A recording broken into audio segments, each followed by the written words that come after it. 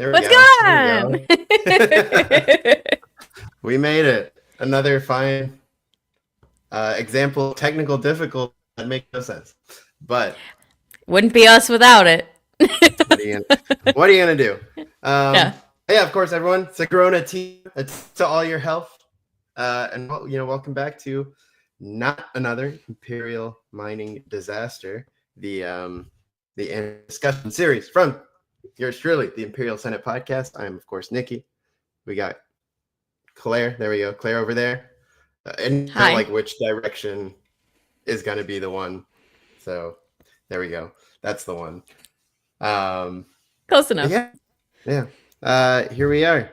We got the episodes 4 through 6, the second arc of Andor season 2. Bo Willimon, the writer. You always know something crazy is gonna happen when when Bo Willimon's up. So we got plenty to get into. Anyway, how's your May 4th weekend been, Claire? Happy Revenge of the 5th. I think. Yes. Is Revenge of the 5th the one, or is it 6? I don't know. Like I'll say Revenge of the 5th. You know, I'm also good. Cinco de Mayo. Let's not forget. That is true. Cinco de Mayo as well. Happy not revolutionary winning battle, but battle of significance day to all the Mexican people. That's true. Happy a significant battle day to all of you who celebrate Cinco de Mayo. But yeah, it's been good. I did something active. Raven and I from Broaxium, since we live like less than an hour away from each other right now, which is amazing. I love having IRL space friends. We went to this brewery and we walked a 5K. You're not going to catch our asses running, but we walked a 5K and got a free beer and listened to some live music and hung out for the Star Wars costume contest. It was the Jedi training 5K, and I feel like the Force is with me. I saw a dog dressed as Yoda, so I win, basically. And then before finishing the race, I got a free beer. So you finished the race, of course. Yes, I did. That's what I should have wore. I should have worn my pod racing shirts, man. Yep. My Anakin Skywalker. That sounds good though. That sounds like it was good. It's not what you would expect from a 4th gen, maybe. You know, No. It's like all the nerds are like, what activity? What? Like, walk outside, touching grass. we don't do. I never do anything. Yeah. I was excited though. I was like, wait, this is different, and I never do anything except like I'm gonna watch some movies today. But I like went out and like I high-fived a Chewbacca guy in a Chewbacca costume. How bad could my day be? Yeah, My Fitbit was fed, so I was in a calorie deficit. Okay. We have to make that deficit up. You're telling me I'm at a brewery? I'm gonna make that deficit up. Yeah. Cinco de Mayo also. Get some mark. Hey, Cinco de Mayo. How about you, buddy? What'd you do? Yeah. I had a much busier weekend than I thought I would, like, or than I usually do for sure. Similarly, like, or at least, maybe the past few years, especially winding it all the way back to COVID. I feel like I didn't do anything really for May 4th for the most part. Like, it's kind of been, I don't know, just whatever. Everybody has like their signature Instagram Star Wars post for May 4th lined up. So there's a lot of just like scrolling through and be like, oh yeah, I remember that. Yeah. But yeah, I guess it started sort of on May 1st. I haven't bought a lot of Star Wars Lego yet, or for a while. So I went to Lego store and I picked Yes. And they always do a May 4th sort of special with Lego. And it's actually funny, as I know from my time working there, the only 2 occasions, what's up, Eli?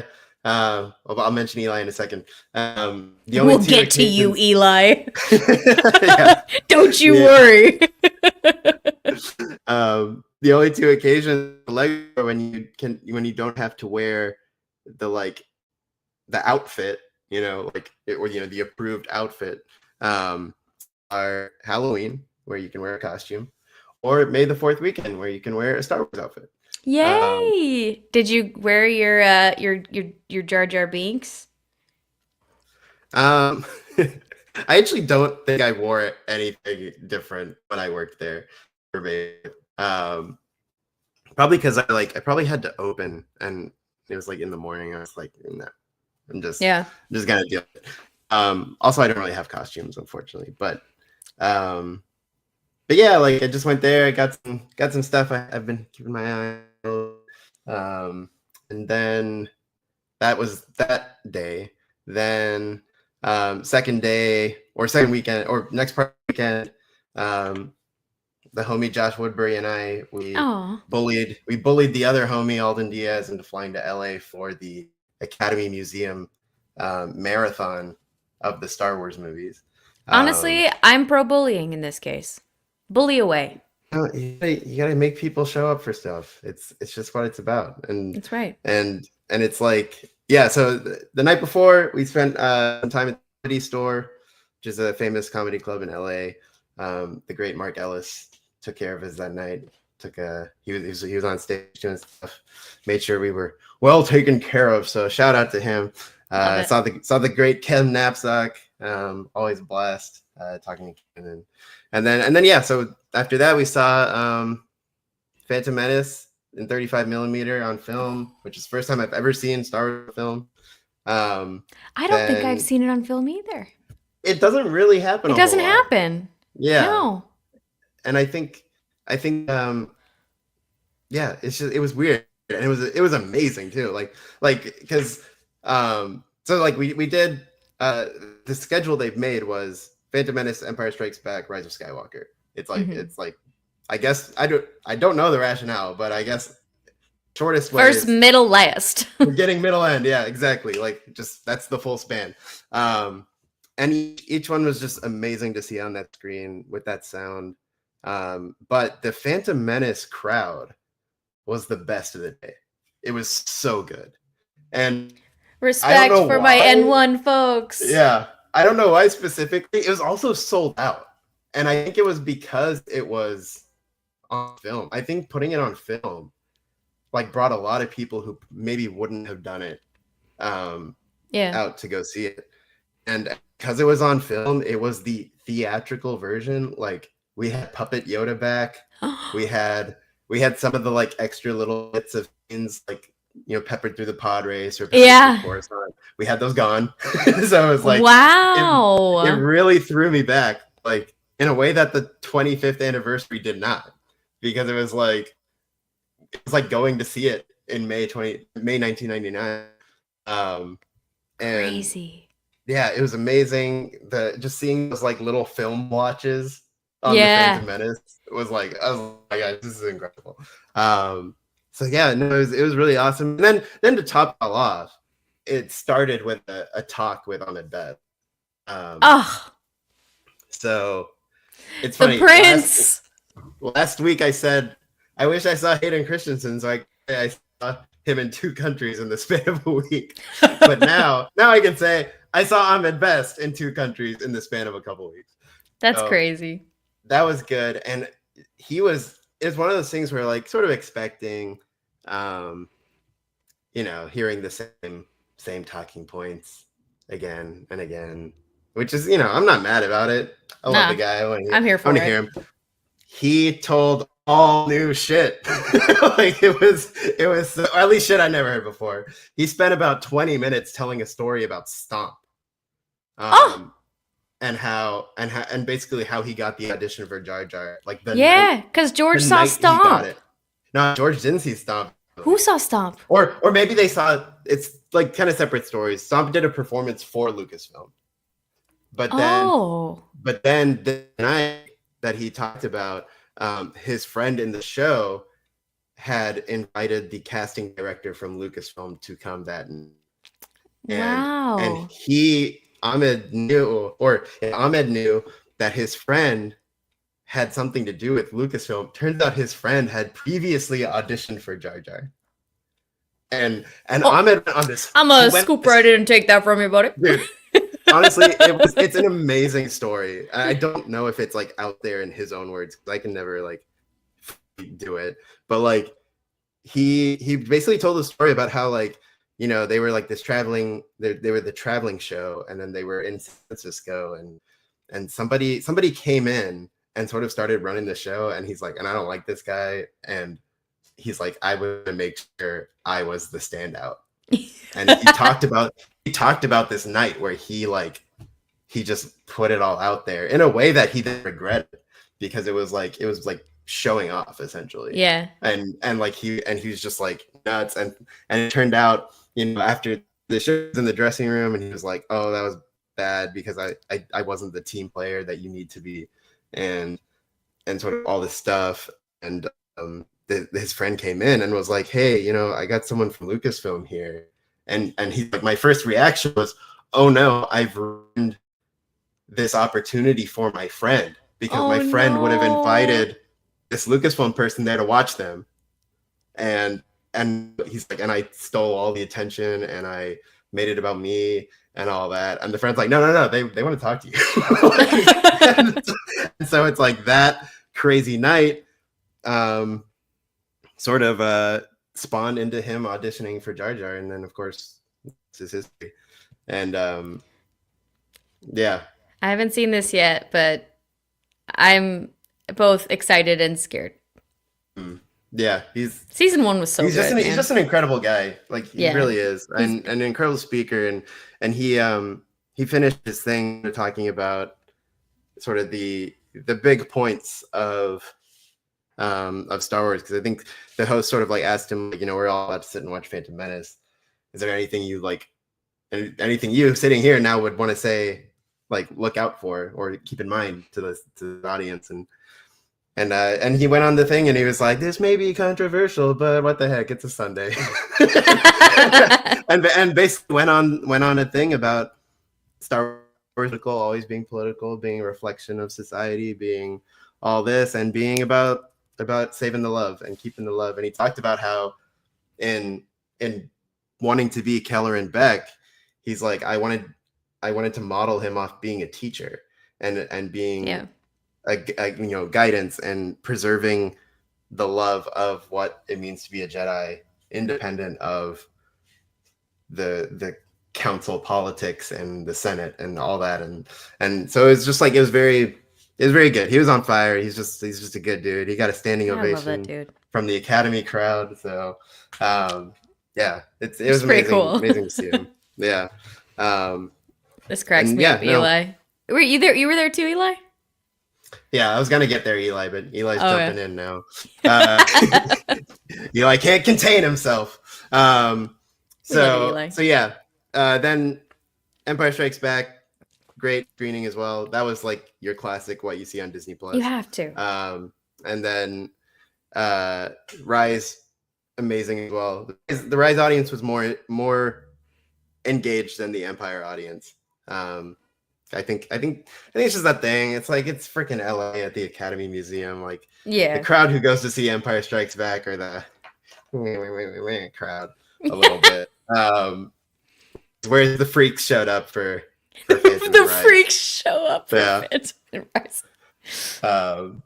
So yeah, Eli was there. Eli showed up for Rise. It was great to see Eli. A couple other friends, Edgar and Brady, and some fine folks all showed up. And so it was a nice little like Bad Batch posse for the last show of the day. Yeah, that was more or less my May 4th weekend. More active and like more engaged with people in person than like it's been a long time. So that was for both of us apparently. I love that. Yeah, look at you, 2025. Look at us, you know, social in the world, human interaction. Being that way, but yeah, that's why I'm here now with my beautiful Babu sitting on my chest, because he was Babu. I had forgotten how damn glorious Babu is. Babu's a star. Yeah, Babu's a star. Man. Anyway, we do have some Gorman to talk. Yeah, we do, man. We got things that went down, things and stuff. A whole lot of it, yeah. A whole lot. But yeah, we'll jump right in. Let's do it. We got episode 4, which I believe is titled "Ever Been to Gorman?" I think. Ever been to Gorman? Question mark. Yes. Something like that. And so, have you ever been to Gorman by chance? Well, apparently I have, because I have indeed been to France. There we go. The French have arrived. Voulez-vous gourmand? Yeah. Oui. Exactly. Which is funny. It's funny to me on several points because it's so French. And Very French. Also, yeah, and then also down to the beret. They're wearing a damn beret. Dude, Cyril coming back with his beret. I can't. It's just something else. I love a beret. But yeah, we had the French, and I think it's just very funny to me because I'm pretty sure when the Gorman massacre was sort of conceived in Rebels, the Gormans were aliens. Yeah, like it's just that thing. Like I feel like every like implication of it is like that was probably an alien society, and now it's kind of funny to like have them put in. They're very French, and maybe again I don't know if it's like bothersome to people, maybe a little too much, but it is interesting. It's a very like interesting aesthetic to apply, and I think their running is also very very like interesting and cool. This idea of like Gorman being not a place of just being downtrodden, like a significant like cultural system. fashion, wealthy, exactly. Gorman, like wearing Gorman is status. It's so Paris Fashion Week, you know. Exactly. It's very like, you know, you gotta. Novella is happening, right? Yeah. It's like, and which is also just so World War II coded and the French resistance and all of this is like, wow, yeah, that's nail head right there. Right. Like parallels, you nailed it. I know exactly how I should be feeling about what's going on right now. Yeah, absolutely. It really is the funny thing about Andor, which I think can then spawn into like a weird conversation, because for me it's like Andor is so on the like it's so obvious what's going on. Yeah, and it makes me laugh when people who really struggle with fantasy of Star Wars talk about Andor as the thinking person's Star Wars. And I'm like, it's so obvious. No, you don't have to think. You just know. It's kind of shadow the dumb person's Star Wars. Because it's like, if you can't see metaphor. Shots fired. If you can't see metaphor through other things, because the Bad Batch does this. Like, yes, all these shows do this. Yeah. Arguably animation is really heavy on it. Ahsoka was super heavy on it. You got to read into your own stuff, man. It's arguably even like harder in those things. Yeah. They hit things like the Bad Batch is like talking about society like, in episodes, and it's like and it's like when it's hard, like these people can't through for to see it. They only see fantasy. And it's like, so when the show comes and spells it out so plainly, and they're like, oh wow, it's smart. It's like, no, maybe that's a you problem. But and then on the flip side of that too, like not like on the flip side of that, it's always funny of it just being like, shit, you get your politics out of my Star Wars. You're trying to tell me not to, buddy. Exactly. You're telling me you're just now. You are the Empire. Just saying. You always thought you were Luke Skywalker, bitch. You were Vader. You were worse than Vader. You were some snivelly ass Imperial officer getting force choked by Vader, and then saying thank you. That's what you are. Yeah. You're the bad guy here. No, it's and not also to fixate on it too much, but a certain government account this weekend put a certain piece of AI bullshit art out, and a certain world leader was holding a red lightsaber. Red lightsaber. Which we may, I don't know if anyone wanted to point that out to anybody, that the bad guys use Oh, the I red did. lightsabers. It was the first thing I thought. The first thing I saw was like, oh, he would have a red saber. Oh, he's posting it about himself. And then you see the pecs and the eagles. I'm like, wow, this is just it's at least one detail is correct. You know. I also, just in seeing this, and with how relevant all this stuff is to us, to our experience right now. One thing I will give the Empire is they are not comically absurdly stupid. No. The way what we're dealing with is. Mm-mm. It's like No. at least they have an aesthetic that is kind of, can spawn Not a cosplay cringy. group. Can spawn Yeah. a cosplay group. Yeah. Yeah. And you know what? Yeah. Enough said. Maybe. Maybe. We'll move back to the Gorman. The plight of the Gorman. The plight of the Gorman. Let's start with our beloved characters, Cassian Andor and Bix Kayleen, relocated 1 year later since the loss of Brasso, relocated on Coruscant, and they are together. They are very together. Full on relation. Yep. They are super into it. They're doing their little grocery store shopping together and and having arguments like any good couple. Oh, I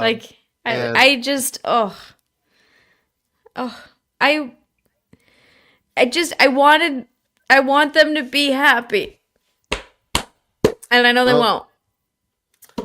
They've don't cry that it's over. Smile that it happened. That's all I got.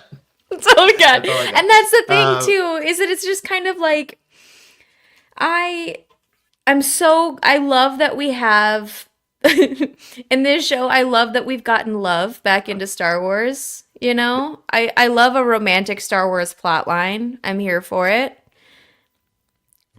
But not in this show, it's gonna make me sad. As we will get to by the end of the episodes, for sure. Yeah, this one's gonna make me sad in an arc or two. Yeah. I just know it. Yeah, because we definitely saw a real crushing side of that.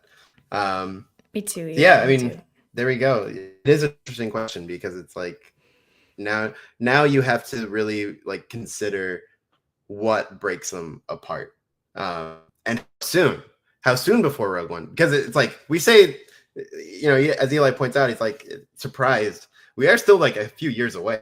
We're like 3 years out. Right. So it's like if this runs into that last arc, that's gonna be really interesting. Because as we know, that's like potentially hours before Rogue One. So it'd be very strange to now go back and watch Rogue One and be like, oh, did Cassian just like either lose or like break up with Bix like 2 hours ago? That'll be interesting. That'll be an interesting thing. I'm worried though that my wager is that she is part of the "you're not the only one who lost everything." I think she's part of the everything. Unfortunately, Eli, this one, yeah, I don't think, and I think it might be next. Well, tomorrow. I was about to say next week. It might be next arc. Right, because there's you don't throw the word massacre around and not expect to lose a few people. No. That's where they are right now. It looks like they have done some stuff in the past year. Bix is particularly haunted by some incident with a soldier. That is, again, her dreams have not subsided, and yeah, they're just sort of like trying to figure it out, and they're very like under the watch of Luthen right now. So yeah, I mean, how did you feel sort of like looking at where they are, considering what the past year might have been for them? I think it's really, it was just really real. And as somebody who's had my own demons that I've had to get through, and then going through relationships while you're trying to deal with those demons and like PTSD and things of that nature, I was like, I know that girl. I know her pretty well. It's one of those things where it's just like, it's so complicated because my heart goes out to both of them because she is not from and she can't get past this thing until she can't find some kind of closure. And having him haunt your nightmares, knowing that he could still be out there harming other people, and then that leaking to Cassian and him worrying about her, and and then him worrying about her and coddling her, maybe in her opinion, not mine, but him trying to protect her even further, just making it's the strain on the relationship is just, they wrote that so well. It was done so well. And also, like, this is probably not the most correct thing I should say, but man, was it fun to watch her kill that motherfucker. It was very satisfying. For everybody who's got somebody who's haunting their dreams like that, you're just like, you got him! Mm-hmm. You got him! You conquered the demon! Literally! Yes! Mark his ass, girl! Get him! Come on now! I know it's not right. That's a terrible thing for me to say, but yes! No, Gorse deserved it. Oh, yeah. Gorse is on the highest tier of. Oh, yeah. It. He had it coming. I think, exactly. And I think it's such a good. It feels like it took a really, like, sort of long and grueling time to get there, especially like have to like Bix has gone through it in ways that like no other Star Wars character has. Yeah. She has to endure. A, she had her first boyfriend shot in front of her. B, awful. And also fuck that guy, but she did still have that happen to her. And so it's like, doesn't make it any less traumatizing. Exactly. It's like she had that. She was tortured. She had to ward off a sexual assault. She had to. She has also gone through a substance issue of sorts. She's been through it, man. And she went through a lot of all that in, whatever couple of years it's been for her, and to then now sort of be able to get the intel on him, act on it, and say, like, back in the game now. Yeah. Sorry. I did read that to the tune from the musical Chicago. Yes, I did. There we go. Cell block tango his ass. We need to have the we need that like clipped out and then played. I don't know if that's like a rights issue, screw over the YouTube channel or not.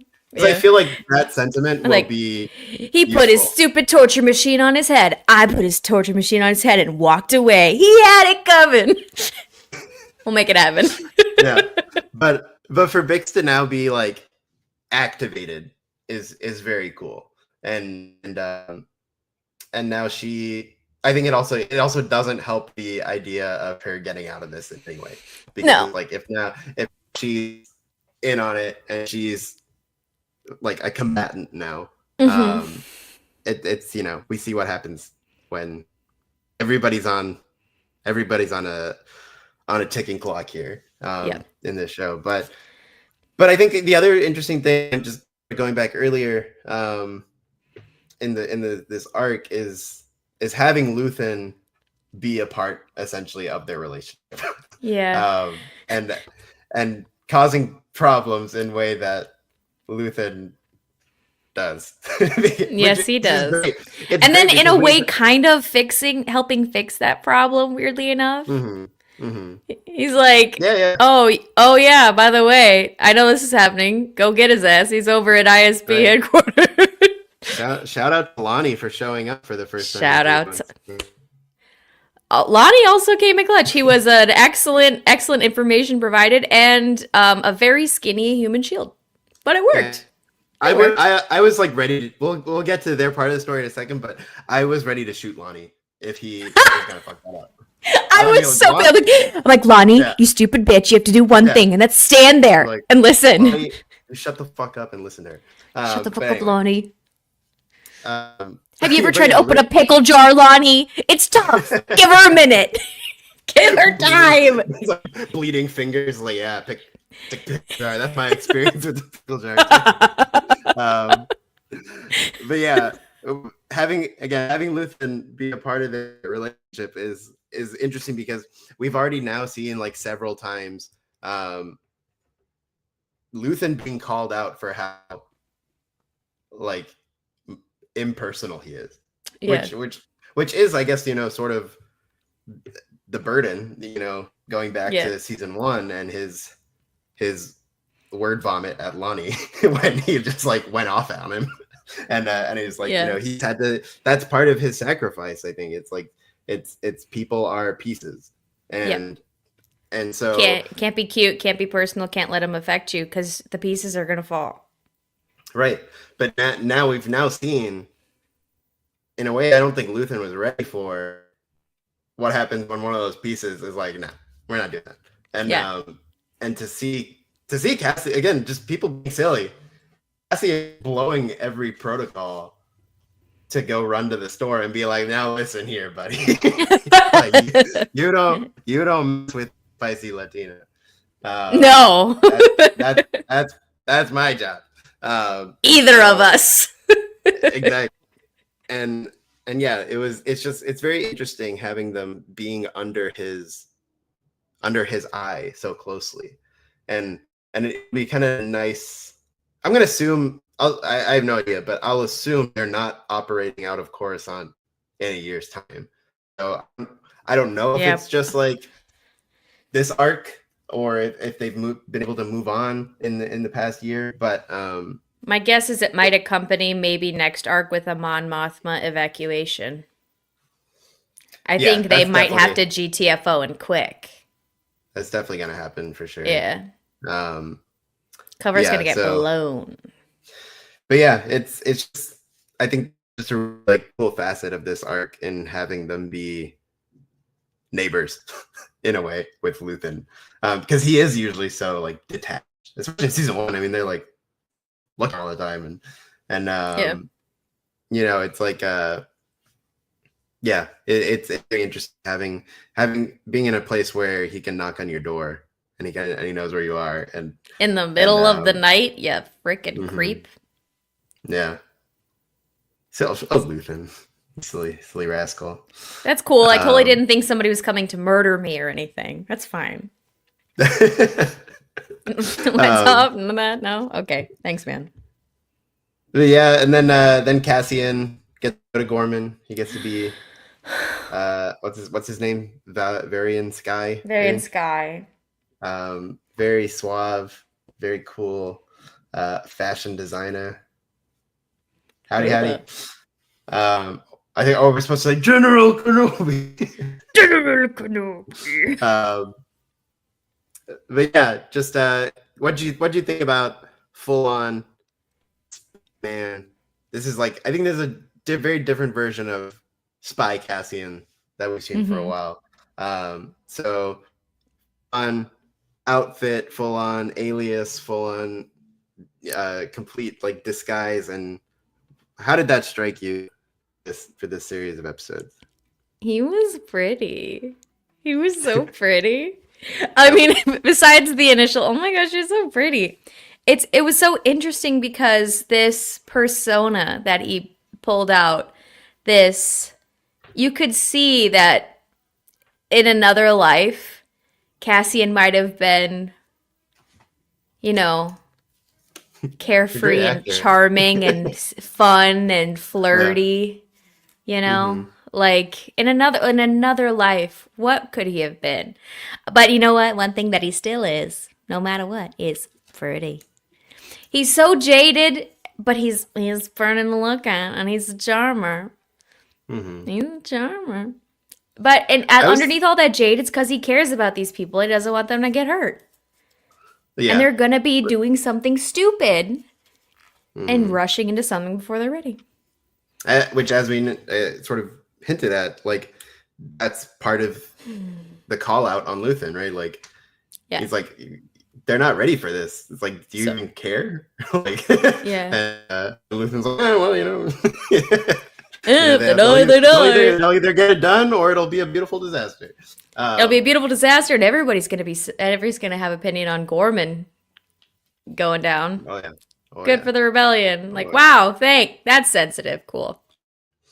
Yeah, absolutely. And yeah, I think I was surprised, or maybe not surprised, but found it really like intriguing how good he was at it, at being undercover. Very good. Especially with season 1, when he's sort of like, he's so unrefined in season 1. And and from arc 1 too. Right. There's this softness to him. There's this personable side of him where he's able to connect on a human level with people when he was so closed off in the first. So interesting. Yeah, because like I was just thinking immediately of the very opening of the show when he's looking for his sister. Yeah, and he just kind of like it's messy and ugly and it's not pretty or smooth. No, exactly. And I feel like Cassian now have probably really been able to navigate that issue a lot better. Yeah. It's like if only he was who he was now, we'd have a totally different show. Very different show. But yeah. That's so nice. Yes, homie. Great to see you, man. It was great. It was great to Thoughts and prayers for Vix. Vix's survival. I hope so too, but we're gonna be on a. I can't have hope on that one. I can pray, but I can't hope. Yeah. We're gonna be on that denial train for a little bit. Not just a river in Egypt. Absolutely not. But yeah, it was good to see Brady there as well last night. And yeah, like he was so like smooth in how he did it, and I think the implication being he's done this probably a few times now. Yeah. And knows how to navigate these situations, knows who to go to for the cover, which was also a great Willem Dafoe. Dude, the guy he did sound like it. Yeah, he did sound like a Dafoe character, 100%. Okay.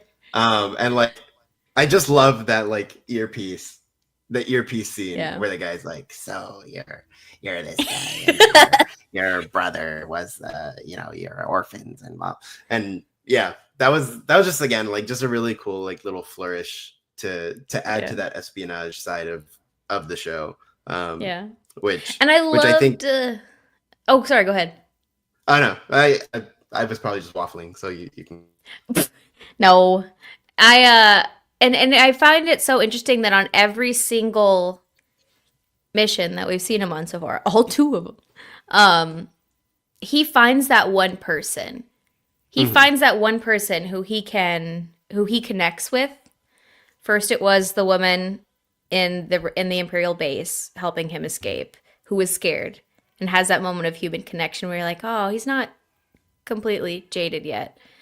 And then you see him with the bellhop in the hotel, getting important information and information for the audience to know so that we understand just exactly what the Tarkin massacre was and what it means and how close that still is to the people of Gorman. And how that pride is so that even though his father was killed in that exact square, he still works there every single day. The pride of those people gives you a better example. But he finds a way to connect with these people, even under these situations where he shouldn't. Yeah, and also like a way to sort of bend around the rules. Because like, with that same person in season 1 or in the first arc, when she's like, "Oh crap, I wasn't supposed to look at your face. Sorry," and he's like, "No, like screw all that. Yeah, like come on. like let's be real." And then he did it similarly with is it Enza? Is the daughter? When she approaches him in the cafe. Yeah, and he's like, look, real talk, homegirl. Like, if you guys are trying to play spy, like, I spotted you. Let's talk. Yeah, like we need to clear some air here. And like it's a really like interesting side of him that I think, and then is probably a good example of that being maximized when he just rushes to the front door of Luthen's place, because like I don't think Luthen would ever do that kind of shit No. In Yeah. terms of like breaking the protocol. And whereas Cassian is sort of able to every now and again sort of step out of bounds to accomplish the thing. Yeah. And then of course, yeah, Cassian makes his assessment of the Gorman front, what they're up to, what kind of stuff they're cooking, and he's like, nah. He's like, that ain't for me. That's a big no-no. Which of course Luthen is not quite on board with, but ties in nicely to the next group of characters we should talk about, and that is Inspector Dedramiro and Cyril Karn, who are playing the ISB game of making this real ugly at some point. So yeah. Yeah. What was your first sort of feeling when Gorman clocked Cyril as their guy in? Oh, as what we have seen of Cyril, part of me is like, I get it. He is Play-Doh. You can mold him. He seems like you can mold him into whatever shapes you want. Yeah.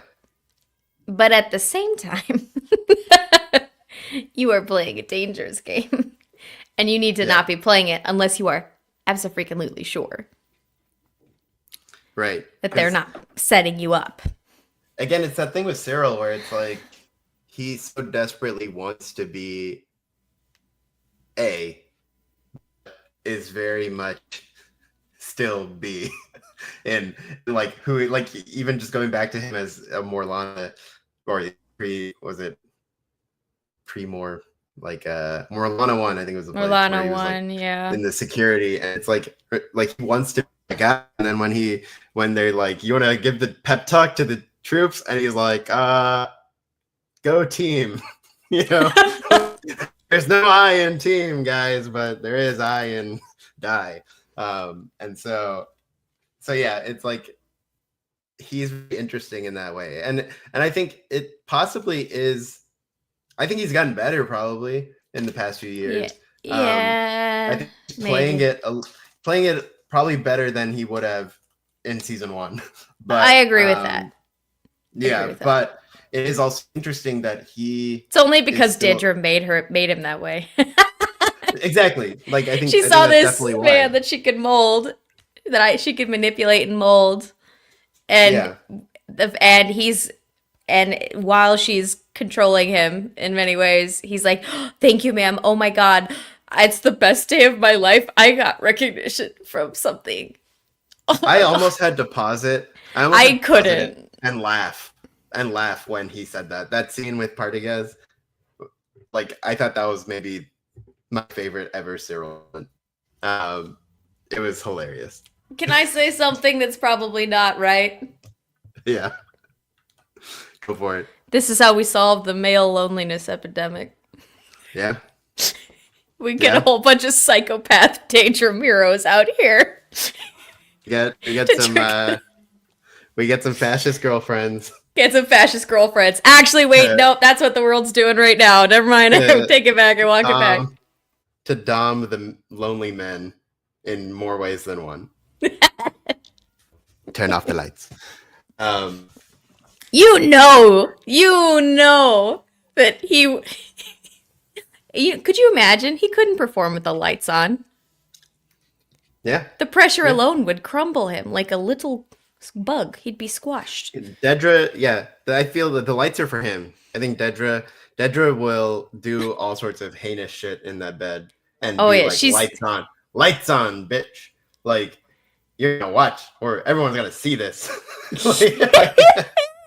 I don't need cover of darkness to have my way with you. Whereas Cyril would probably cry with the lights on. Cyril would be so ashamed of himself. Yeah. Is that right? Did it happen for you? Anyway, I'm done. I can't. Anyway, I'm sure AO3 has plenty of coverage on what happened when the lights went off.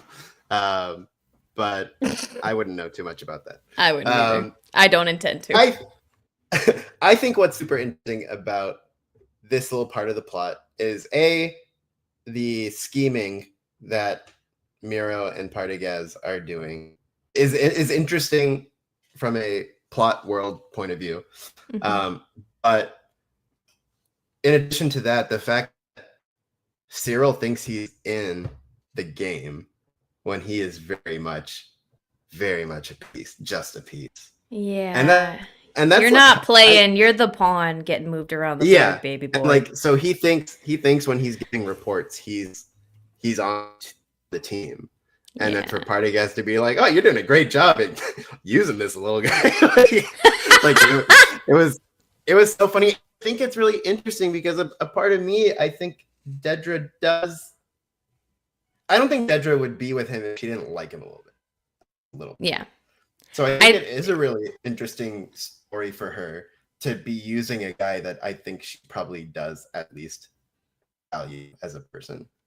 Yeah, I think it's interesting. I think that while she wants to be in control, I don't think that's because she has any lack of like for him. I think it's a product of a traumatic upbringing and a lack of love in her life overall.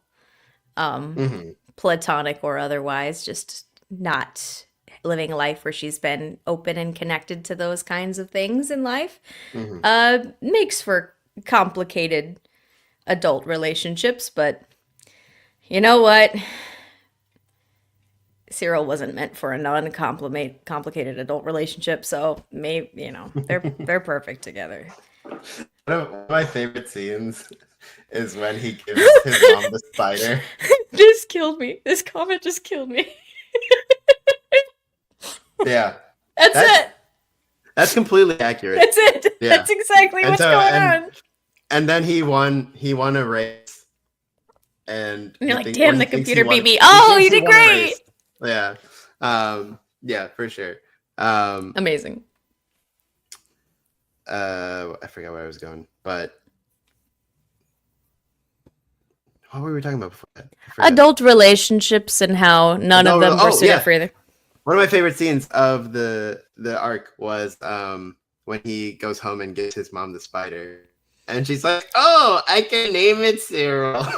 He's like so oblivious. Has no idea what's going on. It's like you never left. And I was like, man, this guy. As much as we thought Dedra controlled the narrative, oh man, Edie still got some in the chamber. She still does. She still got it. Yeah, man, that was something else. There's something also just about calling a spider Cyril is just funny to me. It's just funny. Yeah. But yeah, they're in a really interesting spot going into the next year, and I think yeah, like I looked at the scenes where Cyril kind of like went to the meetings, and sort of like, and the poor sweet innocent French Gorman were like, "Oh yes, Cyril, thank you for coming to our meeting, sacre bleu, sacre bleu." And yeah, like I liked all that. I think that's some fun setup for them. But yeah, I think it's gonna end horrifically, and probably it's gonna end next week. Because it's not gonna be good. That seems to be the vibe heading into what's going on with Gorman. But I mean, I think also clearly it's going to be a success for the ISB, right? Like, because we've seen, I think I don't know if it's in trailers that they've like released officially, but some of the like the D23 footage and stuff that they've showed, the character we can go to next is Wilmon. He's in footage on Gorman, so it seems clear the whole idea of get outside agitators, aka people like the partisans, to come in and start getting him with Gorman issues. It's gonna work, and so that it's gonna be a ugly showdown massacre next week. But that said, Wilmon came to hang out with Saw Gerrera this week. And Oh. wasn't that a ride? Wasn't that a glorious little ride? Ladies and gentlemen, this is our public service announcement. Don't do huffing. No huffing. No huffing. You'll end up with space asthma. Okay? Which You'll end up on Saw's weird respirator. the from funny Rogue One. meme. The funny meme of Luthen with Bix being like, "Don't do drugs," and then Saw, and then Saw being like, "Huff it in, boy, get it Huff off." it in. God. Don't be huffing space fumes, kids. Exactly.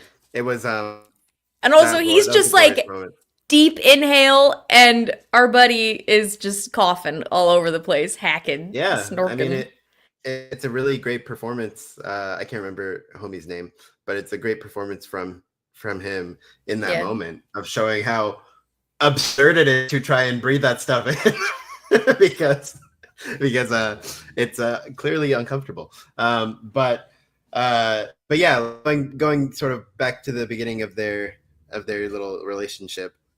We have them doing Will's in this device to break into the Rhydonium, I guess, reservoir or whatever. I guess so. The gas station.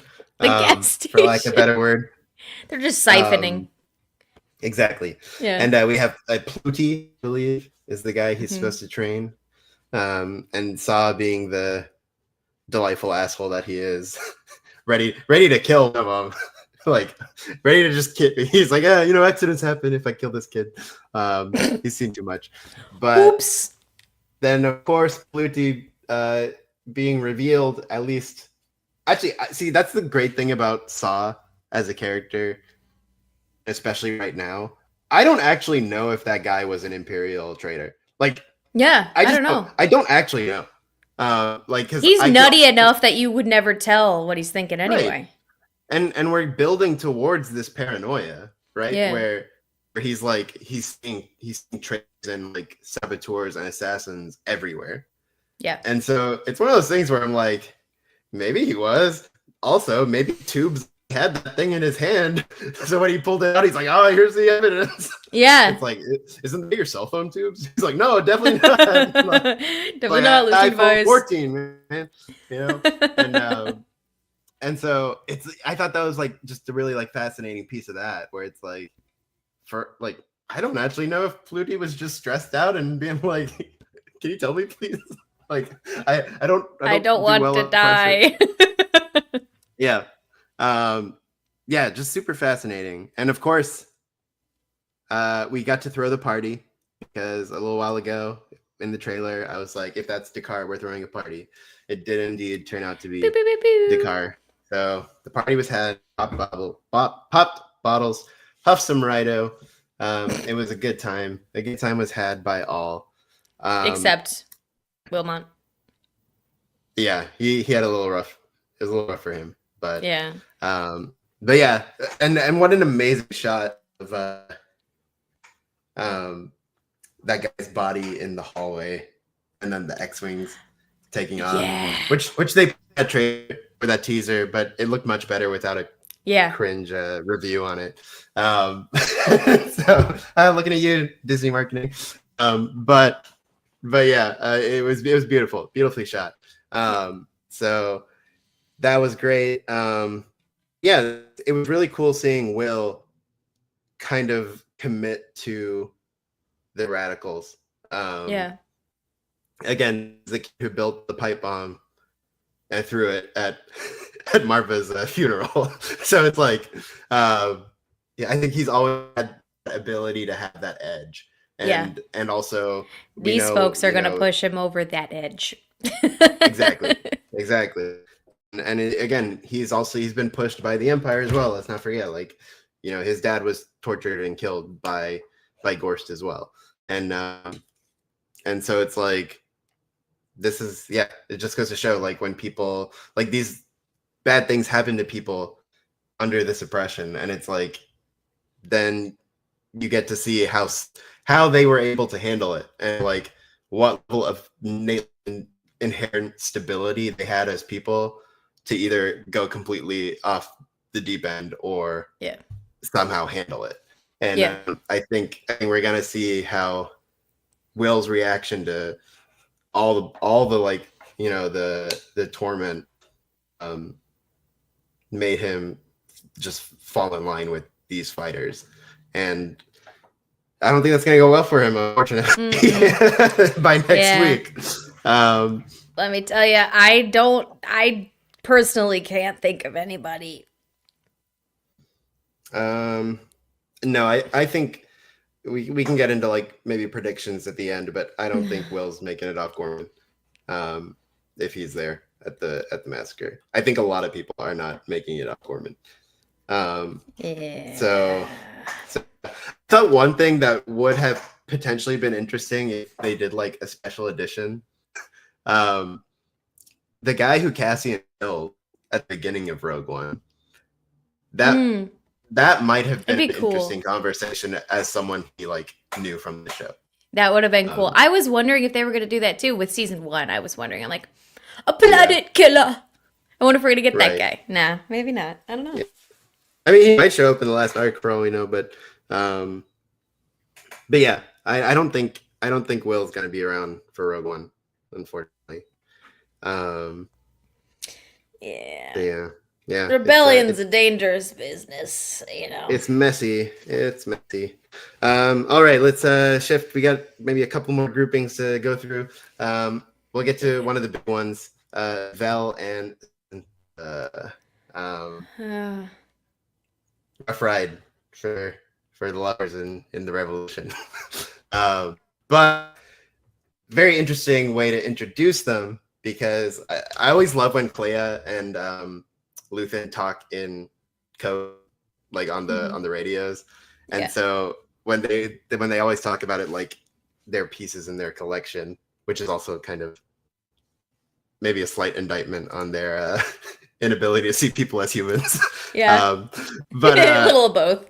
Yeah, and so it's there we go. But introducing them as like another item in play, and then being like, now Vel's here because Cassian walked from Gorman, and it's like, yeah, we put our other piece in, and so now Vel is assessing the Gorman, and she and Cinta reconnect. Looks like it's been a rough year for Cinta, and maybe a rough year for both of them, but also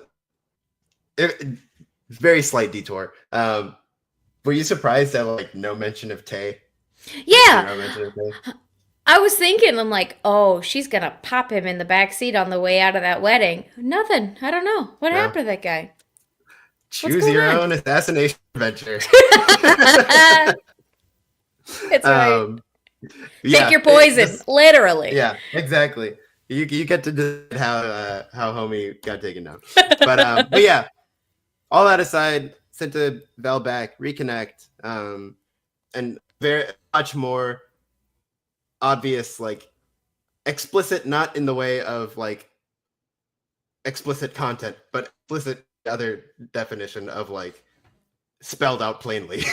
Yes, their relationship, their romance. We got that officially on the screen. But then of course they help out the dumb French people, and got a plan, because one guy who's especially dumb couldn't listen and brought his own blaster. They had like one fucking rule, guys. One rule. Very clear. Very clear. Super clear. And your stupid little bitch ass ego. Yeah. Said, well, I need one.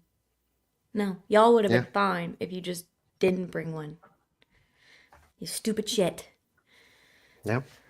And of course, Cinta is no more of this earth, of this Gorman earth. So yeah, I mean, that's a lot to unpack, but I guess what's your sort of initial feeling on one of these longtime characters for this series, another one gone? How did that go down?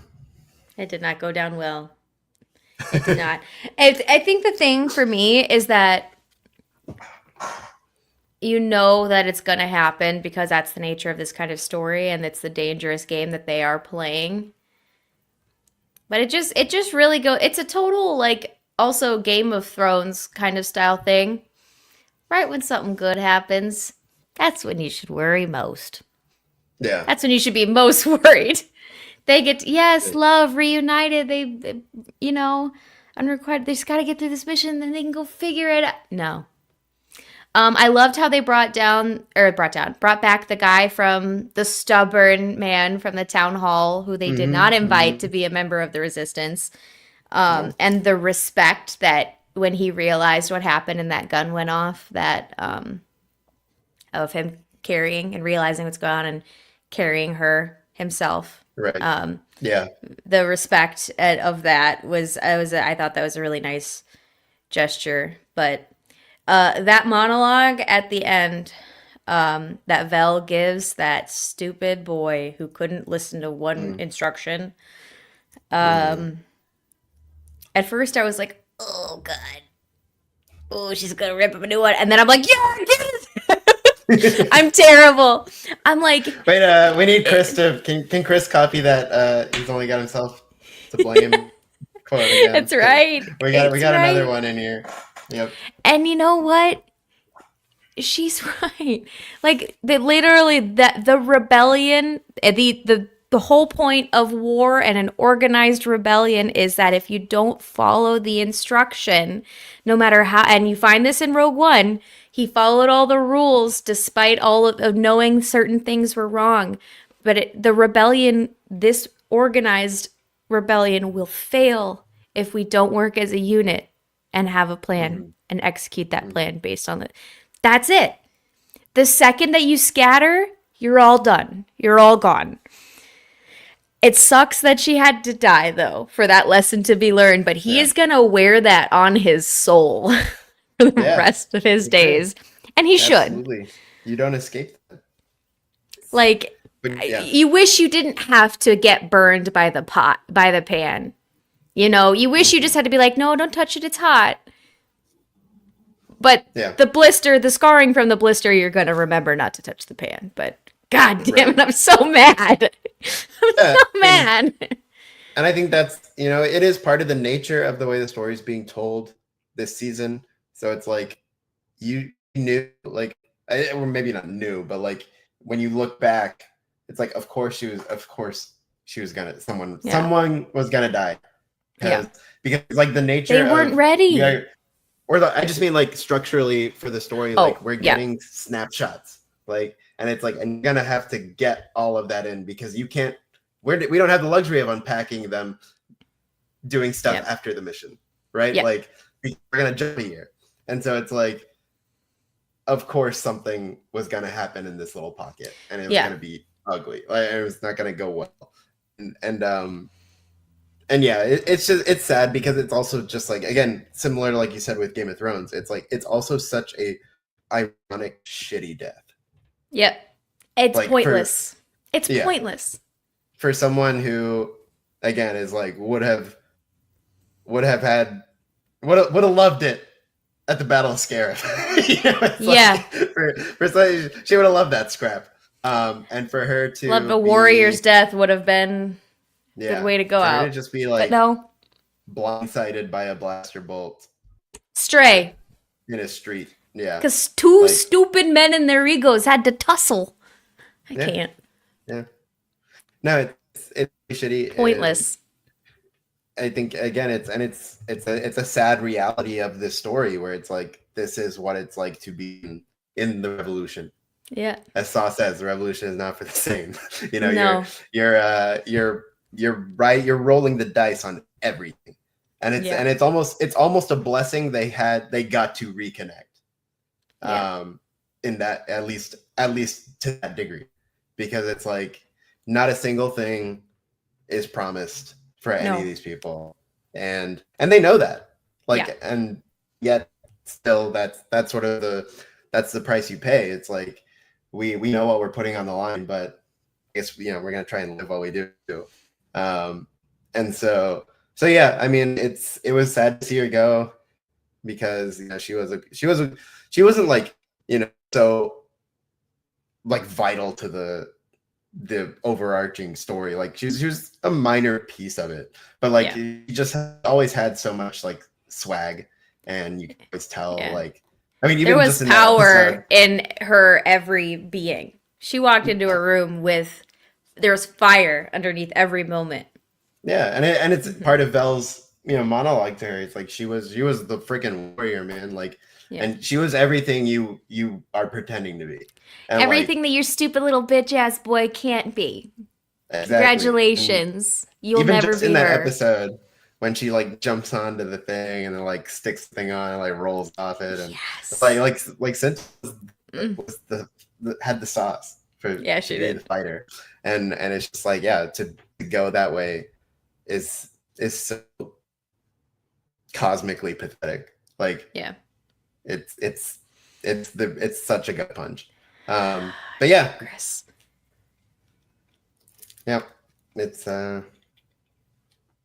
just how it goes. That's how life. So yeah, we'll see where they are or Vel is in a year. Then, but Luthen and Clare, they got a little issue, amongst other things, amongst dealing with those spicy Latinos. Luthen's got to deal with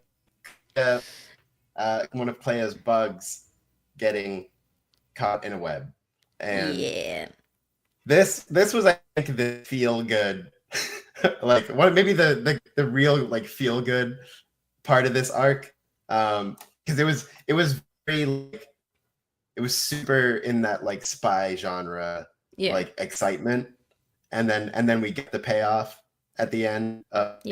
Everyone kind of makes it out, but yeah, this little storyline of the one of the bugs in Skolden's office being under threat yielded again just a masterclass like series of scenes. I would love to get a super cut of just the party, because it'd be so fun to watch. But also the scene where she's finally trying to unscrew and remove the bug. I'm sure that if somebody did do a supercut of the party, that would be a solid minute and a half of footage. It felt like 9 years. Yeah. Editors. Yeah. I was holding my breath. I was like, again, it's such a great episode in that way, because it's cut with the Gorman sort of like sabotage type thing, whatever they were doing, the robber heist, and just to be able to sort of weave in between those two things, and it's like, oh, you want some tension here? Okay, relax. We got a thing. There's tension too. like it was just so tense. It was just a great like chunk of episode, and I got carpal tunnel just watching that girl. Dude, she was twisting on that thing. I don't know if that sounded right, but she was spinning on it. Not much. Yeah, not enough for her liking. No. But yeah, what a delightful. Again, it's just so great when, similar to the wedding, it's so great to see Luthen turn on that mode of his life. And, Party Luthen. Of his facade. Whimsy. And, when he's respected, it's yeah. But then he does something that he didn't usually do. He did a little with my wedding, but he does that thing where he like looks at Clare and he goes dead serious. you know, like, and he's like, mask dropped. Are we gonna die tonight? God. Which also, before the party, had that great scene between the two where he's kind of like crashing out on her. He was panicked. Yeah, which is just again not a side of him we're not quite used to, because it's like we were, especially like with Aldani, like he was nervous and all that, but not quite like he wasn't like crashing out. Whereas he was like, there's too much, stop really, stop saying it's fine. Like, it's all getting out of control. This little rebellion is growing into a big thing, and he is at the center of it all. It all comes back to him. And without him, what happens to it? Right. exactly. And it's also one of those things to think about, like, it is getting out of control. It's like, at what point do we Yeah. decide we can't run this out of a antique shop and we need a Mastasi Need to temple or two? bounce. You know? Yeah. So yeah, that's super interesting side of it. But we do inevitably get to the end, and they get the bug out, and with Lonnie's somewhat eventual help. Yeah, again, Buddy, you had to stand still. I was ready to smack that dude. It's like, this is the game, Lonnie. You didn't even have to do anything. And honestly, you could be an idiot and pretend you didn't know what was going on, even if she does get caught, buddy. You're just standing there and you're listening. You had a little too much to drink, and you're listening to her talk about people who feel that blindness is a gift and that touch is cool. Mm-hmm. She said it better than I did, but you know. That's Lonnie in the end. Lonnie. Because yeah, good old Lonnie. He eventually did come through. But I love that the relationship Clare and Luthen have is really fun to watch, and yeah, especially when their little chunk of it ends with them kind of laughing about it. And you've got gallows relief, humor, right? Man. You've exactly. Got to. It's just pure relief at that point. Yeah. Speaking of, yeah. Honestly, y'all should have. Yeah. Exactly. It was great. And I think the best little character group to talk about now is, of course, the beautiful, stunning Senator Mon Mothma. Mm. And let's put a little respect on Perrin's name. God damn, he looked great too. When they came, he looked great. Yeah. When they came out of that speeder together, I was like, oh my god, they are fine. Chandrilla's top couple right there. Yeah. And, yeah, for sure. They looked fantastic, and then of course Benjamin Bratt makes his debut as Bail, and he's gonna be amazing. Yes. So anybody who I loved that Tony Gilroy came right out and said, we knew there was scheduling conflicts with Jimmy Smits, so that we did this so you could have one quick little scene, and then you bitches on the internet could whine about it for a whole week. Whine yourselves out, cool off by the time that he actually had shit to do. Which I'm hilarious. Exactly. Hilarious. No, also good method. It's a very smart move, for sure. It is a smart move. It's like knowing your audience. Be like, yeah, we're morons, and we will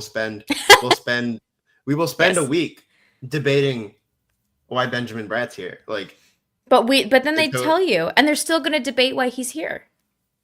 Right, probably, yeah. But at least they did the show did its job in saying, you know what, we'll microdose it, and then at least the normal ones can be ready for him to, as Gilroy said, I think get to work. And you know what I think about it? You know what I think about it? Mm-hmm. If Jimmy Smits has multiple scheduling conflicts and can't make it, if you're gonna recast Bail Organa, it's an epic casting. Good. It's really good. It's really good in a way. Wow. And apparently we can thank Kathy Kennedy for that. Yeah. She was the one who suggested Benjamin Bratt. They have the same kind of they have the same kind of energy and confident, not cocky, but they have this same kind of energy where they're going to walk in the room and they're going to go, I don't have to tell you because I already know I am the shit. Mm-hmm. So I'm just going to sit here and do my thing. They just, both those actors have that energy about them naturally. I'm like, yeah, that's the one. That's the one. And also it's worth mentioning for fans like us, we've already had Phil Lamar Bail Organa too. In animation. And he's great. He's still Bail. He still feels Bail. Again, we can do this, guys. Yeah, this is not necessarily an issue for certain amounts of fans. But Benjamin Bratt was amazing. Poker Face. I mean, I always think of Miss Congeniality. How could you not? Yeah, I think of that. The deeper cut that's more me is I think of Clear and Present Danger. with Harrison Ford. Oh my God, he is in that movie. Yeah, he's one of the commandos. He is. Exactly. And Willem Dafoe comes to the conversation. Full circle moment. Yeah. The 7 degrees of Dafoe. Exactly. He's there somewhere. But I think it's funny. I found out in Celebration that Jimmy Smits was recast. Because I think there's like some article that came out where Tony Gilroy suggested there are some legacy character recastings, and nobody really knew what that was. But for anyone who didn't know, the people who got screeners for Andor season 2 got all of it. Yeah, they got the whole thing. Yeah, so there's people who have already seen it, and I think it somehow gets out there. And so I was in Celebration when I found out. I was bummed because I'm like, especially because I just watched Obi-Wan, the show, the Obi-Wan show, and I remember watching it and being like, man, Jimmy always got that sauce. He's always on, always perfect. And even when he's President Matt Santos, but then I was like, okay, whatever. And we were talking to somebody, and like I was also bummed, but the guy they got is really good. And I was like, okay, well, that's good. Okay. And then the conversation continued, and I think this person thought we already knew, so he said, they said Benjamin Bratt. and when I heard Benjamin Bratt, I literally like fist pumped like walking to the convention center. I was like, yes, because it is such a good call. It's such a good recast. If you have to do it, that's how you do it. And I think the point that was really, really good in just that small scene with him, when I was watching him, I just again thought of all these stories, and just watching the swag he had and this humor he had, I was like, that is the guy who raised Leia. Yeah, that's it. And because I was able to also put him in that bracket with Jimmy Smits, with Fillmore, I was like, we're good, we're golden.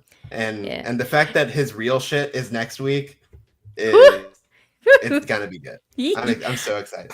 I'm excited too. And I remember too, because I knew that a legacy character was recast. I knew that was the rumor.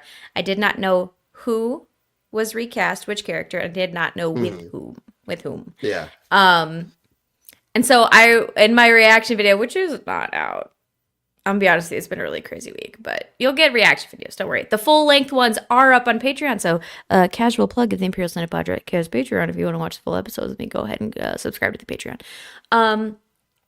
But I remember when he showed up, I was like, oh, that's the recasting. Okay. Yeah, no. Okay. I was like, it was one quick moment of like, oh, wow, they're recasting Bale. Okay. Oh, but we're cooking. I feel like when we recast the Straight Fire. Okay. It's one of those things where if we did Star Wars recasts through that Key Peele skit meme of the Obama shaking hands. Yeah. That's like Benjamin Bratt. He gets Bratt the bro hug. Yeah, it's gonna be we're locked in. We're locked in. We are. Yeah, so it's like it's that one. And then Benjamin Bratt also had a really nice May the 4th Instagram post, sort of like it was so sweet. Yeah, childhood dream fulfilled. And then he also gave some props to Jamie as well. Yeah. And it was lovely. Whose talent and grace always linked to the senator from Alderaan. So absolutely. Yeah, man, we're so pumped for Benjamin Bratt. It's gonna be such a blast. Though he's gonna be dealing with a massacre. Yeah, that's not gonna be great, but he's gonna be great. He's gonna be great doing it. But back to Mon. Mon dealing with Krennic. Magic. Diva off. It was a diva off in every sense of the word. Wait, speaking of it being a diva off, I just have to say... Agencies have a long history of puffing up their failures. We were taught it was a systematic execution. Oh, well, no. Let me correct you. Girlfriend, you need to know something. There we go. Thank you, Straight Charlie. magic from Charlie. I died when I saw it. He may not be able to record, but don't say he's not. His presence is Active. felt. Yeah, he's not. Don't say he's doing nothing. So yeah, Funny. that was an epic Ben Mendelsohn moment. Also, Turned the into sash an epic- and the cape. We added So a sash. He's so cool. Diva. He's such a great inclusion into Star Wars. Like, Yeah. it's such a gift. Oh. I really hope. I would love because we got Krennic in Bad Batch, but because probably they didn't have the means to Ben Mendelsohn in. I think they maybe used archive dialogue if there was something that he said, but he was most silent. That said, if we got Krennic animation and we got Ben to do it, I'd be so happy. It'd be so good. Who knows? So good. Come on, Maul. Come on, Maul. Shadow Lord. Don't you want to mess with the Come on Tarkin now. initiative? Don't you want to play with those guys? Put it together. Make it happen. But yeah, that was just delightful, and Bo Willimon knows how to mine that gold. Yeah. With the dialogue and have them trade barbs. I mean, the so nice to see you free from the witness stand is one of the all-time Iconic. cooks. Like Iconic. it's so good. It's so good. And again, the fact that they are dressed the way they are and look fucking amazing while they do that is if looks and words could kill. exactly. They'd be doing it 2 times over. Yeah. And then what else about them was awesome? Again, mentioning Perrin, another facet of his character that I found really interesting because again, in one Perrin is so checked out, right? Yeah. He's so distant from what's going on, and watching them especially that third episode, it was really interesting to me, especially they come out arm's length. And they even had that scene where oh my god, fucking balls, man! He's like, oh, this banquet, and she's like, man, you usually do this stuff, and he's like, I can't do it this year. It was a really interesting, change for him. He seems more, again, not that their marriage is perfect by any means, but he seems more in tune with what's going on. It's almost like getting rid of Lita out of the house gave them a new lease on life in a way, and just new perspective, strengthen maybe their partnership, not romantically, but as a duo to get shit done in the world. Exactly. The man knows how to network. I'll give him that. Right, He knows how to be a charming motherfucker. That's his That's his His thing. whole operating procedure, right? Yeah. Even in season 1 where he's like, Be "So, charming you need and books?" vibes. Right? Yeah. Who do I need? Who do we need to talk to? Yeah. Sick parent on people. And it's I think it's interesting. And I wonder what that puts in store for him, and especially next week, where I think we're going to get some ultimatums on this situation, right?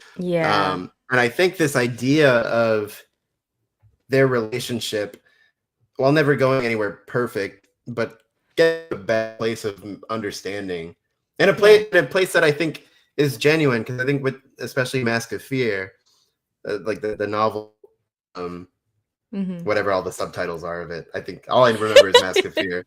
There's 9 titles. It's close enough.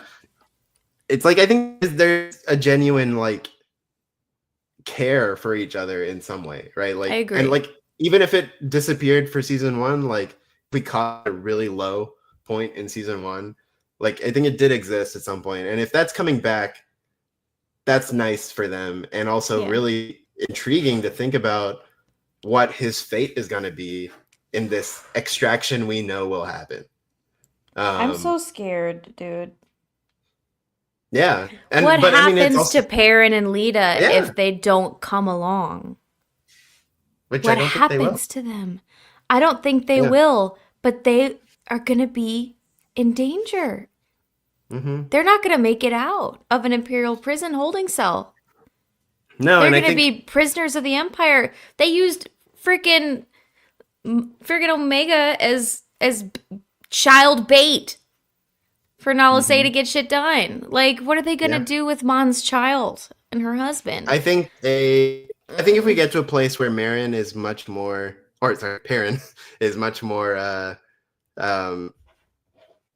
checked in Mon, I think it could be a really interesting beat if he helps her get out, but in the process dies. But then the other thing too is like, but then the other thing is I don't think he's ever going to be as checked in as he would need to be to leave with her. No, he's not going to leave with her. He goes with her. I think he will. But then he could be a liability to the rebellion if he's not fully in. No, he's gonna.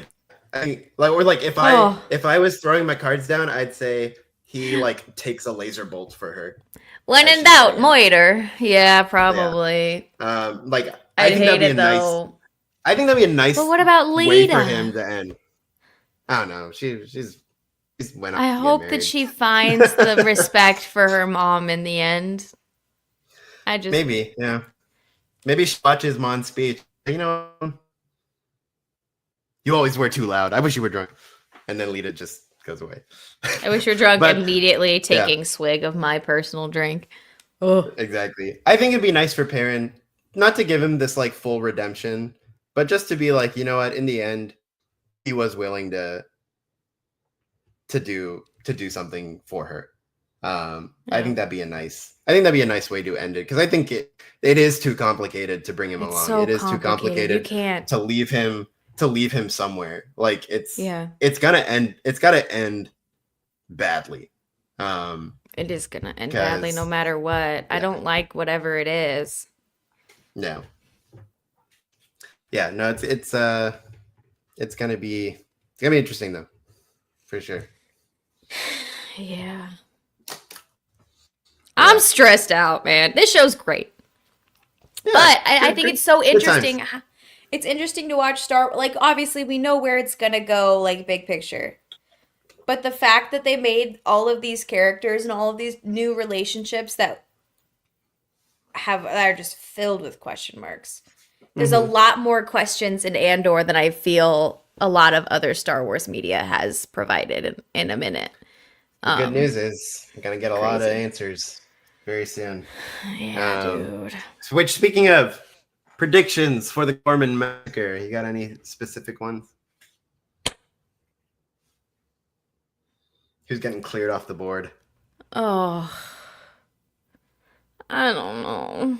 I'm going to say I think Will goes. I think Wilmon goes for sure. I think Will goes. Vix could go.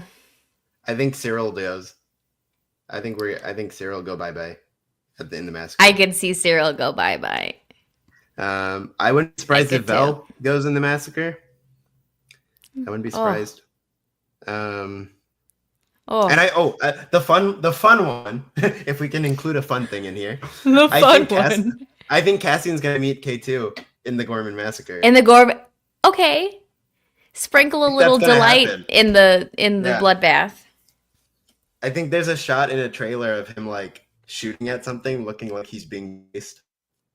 Oh, and really? I'm like, if K2. that's K2SO, and he like disables him and then reprograms him, enemies to lovers. and then the shot of him and K2 and the U-wing, I'm like, okay, if they extract Mon together, and Melchi's also in the back of the U-wing, if that's the little team to get Mon out, I'm gonna laugh. Josh Chapman. Let's see what we got. Mon's daughter. Uh-oh. Why are you probably right? Uh-oh. This whole show stresses me out. At least I have 8 days of being stressed out about it. Yeah. Actually, no, probably a lifetime after that, but like 8 days of not knowing where the ending is. I'm always not sure about Lita. Like, honestly, to me, if we never see Lita again, it doesn't surprise me, because I think it's just the I wish you were drunk is such a good endpoint for that relationship. It Yeah, hurts my and feelings though. it's so good also like just in the context of this show. Like that's how it was. Yeah. That's just the relationship. And Yeah. so it's like I don't know if Maybe. they dedicate a whole lot of time to like her fate. I think Perrin is such like more centrally located to it. For sure. I think the only reason why I want that is just because of my own personal life. And like, my mom and I had we are absolutely thick as thieves now. The problem is we're the same person. So when I was growing up, we would butt heads a lot. I had a complicated, Right. I just couldn't stand her. But we are Yeah. the same hard-headed woman. I am Right. very much her. And I just think about some of the things I'd say to my mom when I was a teenage girl. And then and also like one of these moments that makes me think about it too is that my mom and I went to go see Lady Bird in the theaters when it originally came out. Yeah. Yeah. And we're watching that movie of that complicated relationship mother-daughter, and we're both like, my mom doesn't cry. We're both just like, I'm not crying watching this movie about this next to my mom. I'm not doing that. Wow, crazy story, huh? Yeah, who would be like that, huh? True to life in any way. I don't know any mother-daughter relationships like that. Anyway, but obviously, like, not as extreme as Lady Bird, but like, Right. it's just one of those, that kind of story is something that I'm like, because I had that moment in life, later in life, Yeah. I just want Lita to have that moment of like, Definitely. An look at how inclination to see- badass my mom is and how much everything that pissed me off that she did is because she loved me. You know, I want that moment. I need it. Yeah, no, okay? for sure. And it's like it's a story that is need it. so it's a story that is somewhat lacking in healing. Or like healthy healing, shall we say? You know, like Yeah. there's not a whole lot of it to expect, so you want it to happen. Yeah. My but heart it's needs it. Yeah. But we're it's not going to also, get like, happy endings here, I don't think. Yeah, for sure. It's a very tough world that they're all operating in. So yeah, it's really hard to know, but either way, yeah, I think it's going to be like, you know, the next episode 1 of the arc will be sort of like set up. Maybe the stuff starts kicking off. 2 is going to be the meat of the massacre, and then 3 is going to be extraction, baby. Extraction. And yeah, it's going to be wild. It's going to be It a is very, gonna be very wild wild. thing. Yeah. No, yeah, like, you know, we've known about this plot point since 2016. Yeah. Like it's existed as a point in time. We're going to get answers on what that nebulous name drop was. Right. This thing that was so bad that it caused Mon Mothma to be like, no, I'm out. and turn it Officially and turn done. mega public enemy. Yeah. So yeah, it's gonna be a huge thing, and I hope it lives up to it, because you know it's very high stakes, but I think it's gonna be cool. It's gonna be cool and great and heartbreaking and classic Andor. I'll tell you that much. But yeah. I also just wanted to say, with the final shot of this arc. I don't remember who I was talking to, but this felt particularly good. Look at explosions. Exactly. But I can't remember who I was talking to, but I remember being like, look, when they get Gorst, what needs to happen is they just need to put the headset on him and walk away. and then Vix did it, and I was like, yes. And then they blow him up. Then they blow him up. They give him a nice healthy dose of that horrifying crap. Ooh, and the moment that he recognized his own words being parroted back to him. Mm-hmm. Karma. Oh my god. Again, and a great callback to a season 1 moment of the axe forgets, the tree remembers. Tree remembers. Absolutely. And just that little beat of like, do I know you? You look familiar. and just again Also, the horror. When he said that, my soul went to straight daggers. I was like, yeah. You don't remember me, huh? You're gonna fucking remember. for the next And 5 minutes where you're gonna live, but like you're gonna remember. It's gonna feel like forever. It's the horror of that guy. Like the fact that he's done this to so many people and it's so impersonal to him that he's just like, did I torture you? Like, Do we go way sat back? in my chair? Have you sat in my chair before? Like it's a barber shop. Yeah. I feel like I recognize you. Which maybe that is a form of torture, depending on who you ask. Yeah, again, it was just satisfying for that to be his story. Shout out to Lonnie for passing on the intel. Shout out to Lonnie. Lonnie for being frustrating in one moment, delivered in this. Therapy in this would arc. be so much more successful if you could conquer your demons that literally, man. For That sure. literally. For sure. Although maybe don't condone Yeah, no Blowing up. murders. blowing up buildings. Yeah. But all that to say, that was a hell of an arc. There's so much, even just we It's talked packed, about man. the better part of an hour or more we talked about it, and there's still probably way more to 90 think minutes. And there's stuff I'm going to lay in bed tonight and go, oh, I should have said this. Yeah, but as a way to close it out, we were gonna talk about. Let's see what we got. You guys crack me up. Yeah, Away from the luxury, sleeping Well, on the floor. her You know bad she's one of hair- those people who's like, I woke up like this and she's cute as hell. Damn you. well, mama. maybe the bad hair issue gets solved by that's why she cuts it so short. You know? See, follow up. If we don't see Mon get her pixie cut, I'll be rating the show 0 out of 10 Yeah. stars on IMDb. Yeah, sure. I mean, absolutely. The last arc, she should match her Rogue One look more or less. But Yeah. it'd be funny. It would be funny to see her physically get it. just Admiral Radis is cutting her hair. Yeah. Lame is shearing of the hairstyle. John, I can't wait to see Admiral Radis. I forgot he's going to be in this show. What a blessing. Because they showed him at Celebration after the episode. They did a Mm-hmm. little like on the rest of the season type snippet, and it was just like lots of little rapid shots, and one of them was General Blue Draven. boy. General Draven, the intelligence guy, who is a great actor, and that'd be epic. Amazing. Him and Admiral Radis together in Yavin. So beautiful stuff. But yeah, to close out the little discussion, we were gonna do MVP of the week. Who do you think, in your mind, gets to claim the winner of the arc? I've got 2. I've narrowed it down to 2. Who we? And I think that truly, and I've already made this joke, but like for conquering her inner demons and taking back a piece of herself and saving countless people from torture right at the time where he was about to teach everybody how to torture folks, Bix is my MVP. There we go. My MVP of the week. She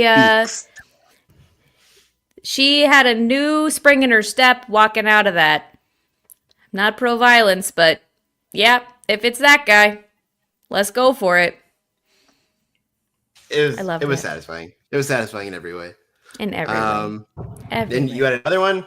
Or is that who you officially? I'll name my honorable mention if you don't pick them. But I'm going to go for Bix Okay. because there's something so cathartic to that moment that I Yeah. just, yeah. Yeah. I completely, for the sake of adding another option, I will go with Clare. That was my other option. Yep. Because to one, be confronted with an issue, to then wrangle her crashing out boss, and like take control of The the situation. 'cause composure of this woman. exactly. It's very easy, I think, to probably be emotionally dominated by Luthen. Yeah. Like, I think he can probably be like so overbearing that it must be like, bro, stop, like fucking. Yeah. And the way she handled that, where she was also mad, like she Yeah. was also on the verge of losing it, but like Yeah. to The just be level of like, "Are you control. fucking done?" You know? Like, Yeah. yeah, that was great. And then to go and deliver, because I think it's also that case of like, okay, Clea like runs the comms, she sort of like runs the background, but now it's like, oh, she had to go in the field essentially, and go do it. And the woman was come cool as a cucumber. Yeah, while her hands were bleeding on the floor. It was bad too. Like, it was not easy, and there were moments where they were probably like, "We're fucked. We are so fucked." And so for her to then do that, to get it out, to wrangle Lonnie, to handle Skulden and Krennic, and then to walk out laughing, with the piece in hand, absolute win. And this arc was the one that solidified it. Like, I didn't know how I felt about it. Like, I was like, cool character. Mm-hmm. This was the arc where I fell in love with her. Yeah. I was like, oh no, she is the boss bitch. That is what she is. You cannot rattle her. You cannot shake her. And she's going to get shit done. And she kept the movement alive. She single-handedly. Yeah. One bloody hand at a time. Yeah. Kept it alive. So yeah, I think those are definitely the two standouts for sure.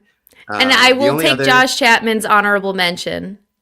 Josh Chapman says Vel, her monologue at the end of the arc was Luthen level hardcore top tier acting. It was top tier acting. Well, she lost though. She lost emotionally. She didn't win, but let's tie that into the second superlative, which is best quote of the arc. That's mine. There you go. We might have the same one. She was everything that you have daydreamed about. Mm-hmm. It was a miracle, and to die like this because of you. Some whining, simpering, childish fool. Don't you dare cry. You'll make up for this forever. You're damn right you will. Yeah, it was, again, it was mean, but it was true. Yep. And the acting was brilliant. Yeah, they absolutely nailed it with that stuff. Again, it's like, it's Beau Willimon. It's a Beau Willimon art. It's not in this shit with some standout monologues. It's like, you're just not, like, come on. You're not He's going gonna there. cook. Yep. My personal best quote of the arc is something I've just been obsessed with, and that is, "We're the Rhino, kid. We're the fuel. We're the thing that explodes when there's too much friction in the air." That replaced my Luthen monologue. It became my new Luthen monologue from last season. Like, we're the thing in the air, or we're the thing that explodes when there's too much friction. That, like, I sat up in the way I sat up with I Share My Dream with Ghosts. Oh, we're in the middle of something here. And that whole Saw scene was some of the best Star Wars character writing, like, ever. And unhinged and brilliant. It's so good, and I think there's something, like, where I've had conversations with people in ways that I don't necessarily, like, agree with, but I understand what they're saying.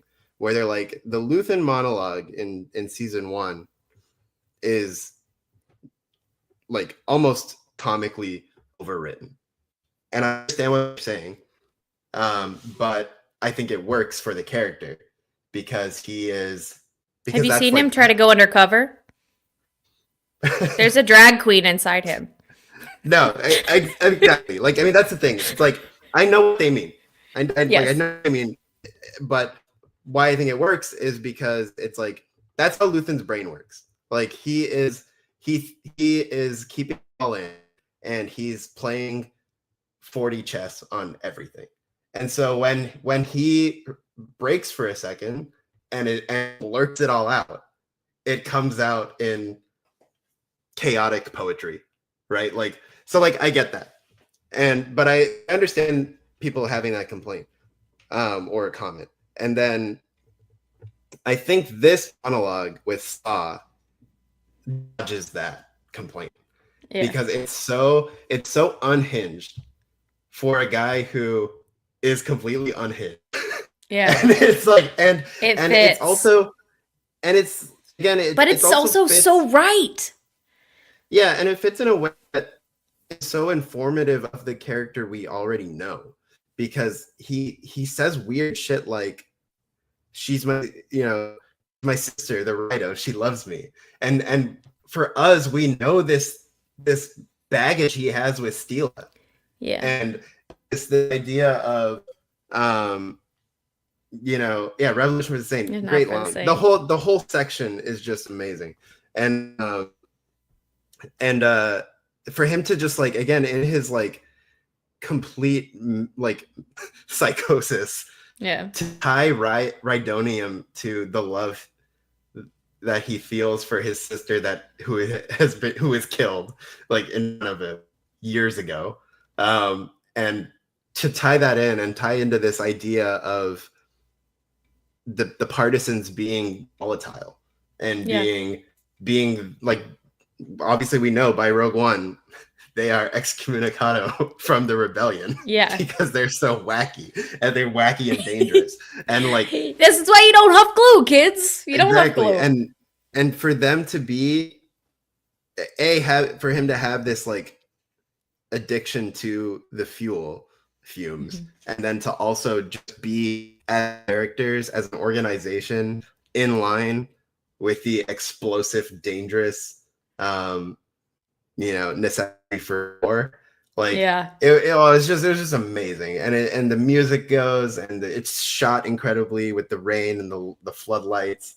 And again, the actors are incredible. Forrest Whitaker, like when all is said and done with Saw Gerrera's time in Star Wars storytelling, like Forrest Whitaker will have to go down as one of the unbelievable performers, because not only has he been Saw Gerrera in animation, live action, video games, like I'm probably even forgetting something. I don't know. We just need him to do an audiobook. Like, he's been Saw Gerrera. He might be second to Anthony Daniels in terms of portraying a character in various forms of media. And not only did he do that, but he has presented a different version of like somewhere along the evolution. We've seen the spectrum. A different version of Saw. And like, just immense credit to all the writers, from Andor to Bad Batch to Clone Wars to Fallen Order. Credit to Forrest Whitaker for creating this character who, again, like, started off as a hot-headed rebel in Andor, and came from, I think, like, I think George like intended to use Saw Gerrera probably like in that Underworld show. Like, I think Saw Gerrera was someone he had in mind. I think that was a lot of the talk for like one winning, about how when he was introduced in Clone Wars, like there was a vision for him to be this revolutionary, to the point where they pointed out like, Onderon symbol, the like little chevron type marking thing, that's the top of the Rebel Alliance logo. Like, so like he's been so linked into sort of what they've been building for over a decade, and it's like for it to be delivered so well in so many different stories, and now we watch this capping moment of this incredible monologue about huffing the Rhino. And it's just it's blew me away. I watched that in like so many times already. Like I'll just find it and put it on. So that is my quote of the week. We will see what remains in the following one. But yeah, any a lot of good stuff coming. Any last comments for the arc itself? Man, it just, every time I think that, like, I'm like, oh, they can't just, no, we're steamrolling ahead. Every time I think that, I like, oh, maybe we're falling. Nope. It's just pedal down, I think, from here to the end of the season. And it is unbelievable how in 2 seasons of television, it made us care about all of these different side stories, how they're piecing together the beginning of the rebellion and putting all of our babies in danger. Yeah, I'm so scared for tomorrow night, and I can't wait. Yeah, at the same time. Exactly. And like to your point about all these separate pieces, like part of what's so brilliant about X Road, the episode, is how it in a similar way to the end of New Hope, like it uses this idea of this road, as New Hope uses the trench run to just sort of like funnel every storyline into one like linear pathway. Yes. And like that's such a great example of that. And I wonder what is going, if they're going to do something similar, what it'll be to end, you know, this sort of series and allow it to turn into Rogue One. I wonder what it's going to be, because there's still like so many little threads that they all will get tied up somehow. But yeah, gonna be cool. I never looked so forward to a massacre in my life, because it's gonna be insane. You know what? It feels a little bit like sort of the build up to like you know, in like other shows when you know something like big is the coming. Battle of Winterfell is hitting, you know? Yeah, that's a great example. Like just that sort of like that antsiness, that anticipation, that feeling of like, oh, I'm gonna lock it. You know, and watch this thing where it's like, there's gonna be a lot of threads brought together, and then we'll see what happens. So I'm excited. Gonna be a great Tuesday night for folks around the world, and or whatever time Andor comes out for you. But we will be back for another live episode. Don't quite know when, because our weekend is chaotic again. It's another crazy. Yeah, but we will make sure to post around when we land on the day. And we will also cover a little bit of Tales of the Underworld, because there's some cool stuff in there for sure. Claire will catch up on that. And I will watch it. We'll be set to talk about some things. I'll give you a little tease. We get Cad Bane's real name, and it's a fun one.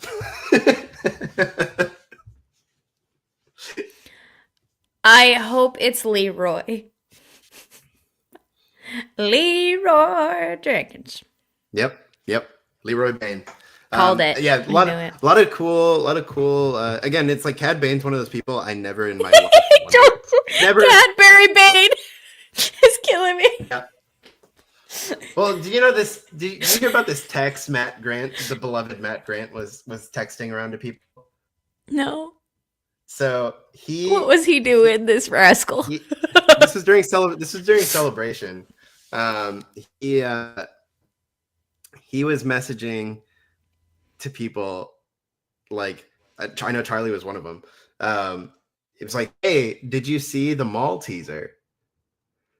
And then he would send them a picture of a bag of Maltesers. Maltesers? Yeah. And I was like, Matt Grant, you beautiful man. You delightful rascal. Oh, what a gem of a human being. Come back to us. I better see him in LA. Baby, come back. But anyway. Hope everyone's well. We'll catch you in the future. We'll talk about Cadbury Bane and Asajj and the Maltesers.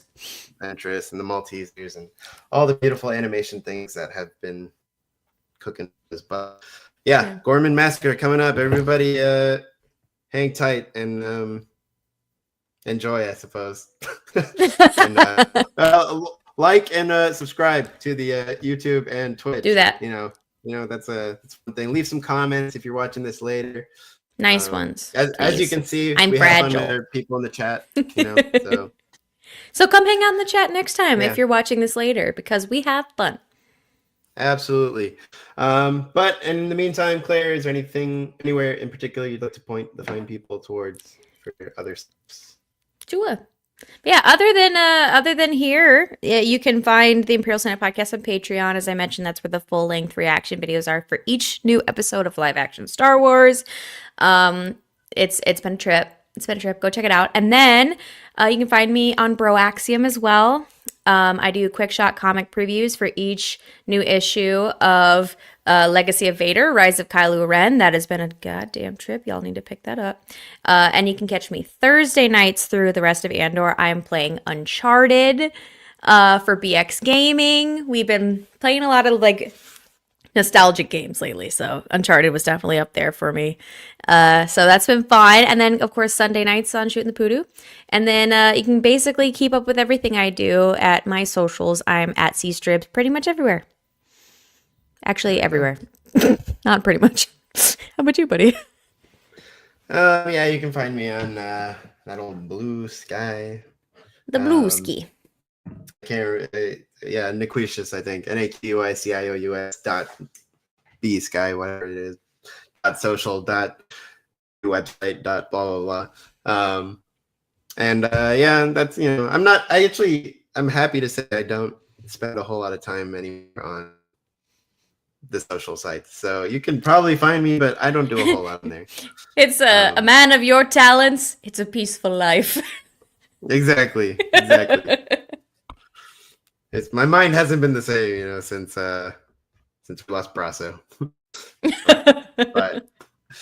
but yeah, if you see me on there, yeah, I'll be happy to say hi. But guys, yeah, Yep Nub Club I have on the Imperial Senate Podcast feed as well.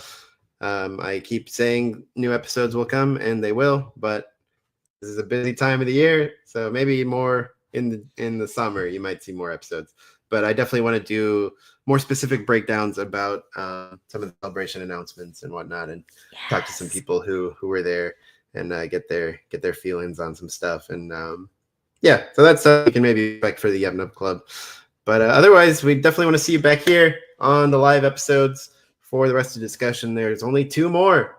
Woo! Wait, no. Ooh. Final 2 episodes of Andor, or final 2 arcs of Andor, final 2 episodes of Not Another Imperial Mining Disaster. So ever. That's unless they come up with something weird for us to talk about. And we're happy to do it. Yeah, that'll be the big last hurrah of this particular show. But anytime, enjoy the fall of Gorman, and yeah, we'll catch you next time on an Imperial Mining Disaster. Woo! Woo! Bye, guys. Bye.